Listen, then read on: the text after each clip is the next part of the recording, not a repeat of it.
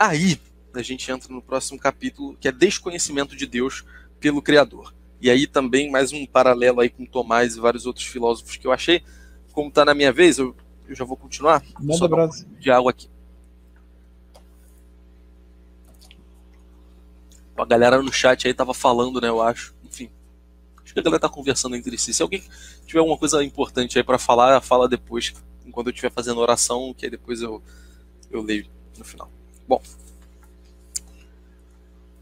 como podiam os anjos ou o Criador do mundo ignorar o primeiro Deus se estavam nos domínios dele? Eram criaturas suas e estavam contidos nele. Podia ser invisível pela sua majestade, mas nunca desconhecido pela sua providência. Vou continuar aqui algumas outras coisas, depois eu volto. Devia conhecer o seu Senhor e saber que quem os criou é dono de todas as coisas. E ele fundamenta isso biblicamente, né? Ainda que ninguém conheça o Pai senão o Filho, todos o conhecem, no certo sentido, né? Porque a razão inerente às inteligências as move e lhes revela que existe um único Deus, Senhor de todas as coisas. Então é muito interessante que parece que ele distingue dois tipos de conhecimento. Ele usa a palavra conhecer em dois sentidos diferentes. E assim, o próprio Santo Tomás, ele vai supor isso de certa forma, né? Tipo, ele vai falar que... Cadê? Que Deus... Tipo, ele fala, como é que a galera do Pleroma não conhecia o Deus Criador? Porque não sei se o Criador não, o Deus Gerador, Supremo, etc, etc, né? Porque não sei se vocês lembram, mas é só o unigênito, né, que ele dá o nome, que é o primeiro que vem depois do Pai, do proto-Pai, enfim, do primeiro princípio, que conhece o Pai. De resto, ninguém mais conhece. E é que ele fala, o Ireneu fala, né, que, como é que eles não conheciam o Pai se eles estavam ali no domínio dele, né, foram gerados dele. E ele faz uma distinção interessante aqui, que ele fala que, ele poderia até ser invisível pela sua majestade. Então, talvez ninguém talvez concretamente conseguisse conhecê-lo diretamente.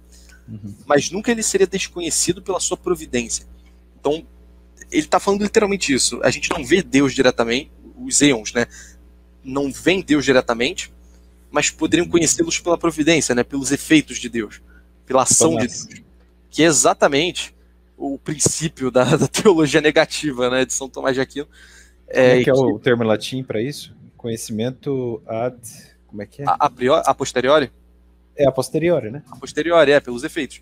Isso. Você vê os efeitos Você vê os efeitos de Deus no mundo, você vai recapitulando, você vê, tem de ter um primeiro. Faz sentido. Enfim, resumindo aqui o raciocínio, né? Mas você vai lá, tu vai voltando, opa, a partir desses efeitos eu vou subindo as causas, e aí eu chego a Deus. E assim, isso não é conhecer Deus diretamente. A gente está conhecendo a Deus por analogia, né? Deus em relação a alguma coisa, né? Então Deus em relação ao mundo, ele é criador, ele é movente, mas assim, a natureza mesma de Deus a gente não vê direto. Isso é completamente oculto aos homens por uma limitação nossa, não tem, e pela infinitude de Deus, né? Deus não é algo limitado, concreto, que nem isso aqui, que nem qualquer outra coisa, que como a gente estava falando antes, né, se eu digo que isso aqui é um livro, eu estou dizendo que ele não é um cavalo, que ele não é uma pessoa, né? Deus, ele não tem limite. Então não existe Deus é X e não é Y, né? Deus é em sentido pleno. E, portanto, a gente não tem capacidade de entender esse tipo de coisa, assim, de captar isso diretamente, né? De delimitar Deus, de certa forma, né? Tudo que a gente diz de Deus é sempre de uma maneira muito imprecisa, né? Enfim, aí vai ter um monte de autor que vai falar disso. Acho que todo autor cristão assume isso, né? Na verdade, nunca se diz nada com precisão de Deus.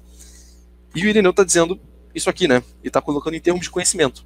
Então, de certa forma, a gente conhece Deus, no sentido de que a gente vê a ação dele e consegue ir subindo os degraus até o conhecimento de que ele existe, pelo menos, mas a gente não sabe como é Deus, né? A gente não consegue ter experiência de Deus, vamos falar assim, que precisamente porque ele é ilimitado, enfim, não cabe nas nossas... Às vezes a gente até te fala, Aldro, eu tô assombrado.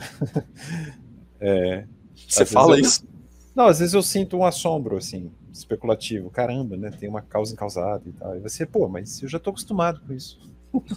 Eu falo isso, não é desse jeito que eu falo. Às vezes você fala, não, na verdade, uma hora isso fecha. Não, fecha porque assim, é uma incompreensão que é compreendida. Tipo, é isso que ele tá falando aqui, né? A gente conhece que existe, a gente conhece, a gente entende por que não dá pra conhecer, entendeu? Mas a gente entende por que tá lá. Claro. Sim. Eu vou te dar uns livros do pseudo Dionísio Areopagita de aniversário. E aí você vai ser neoplatonizado. E aí você vai... vai ser legal. Eu vou fazer isso. Pena que teu aniversário vai demorar ainda, mas... Tem Natal aí, né? Enfim. Vamos ver.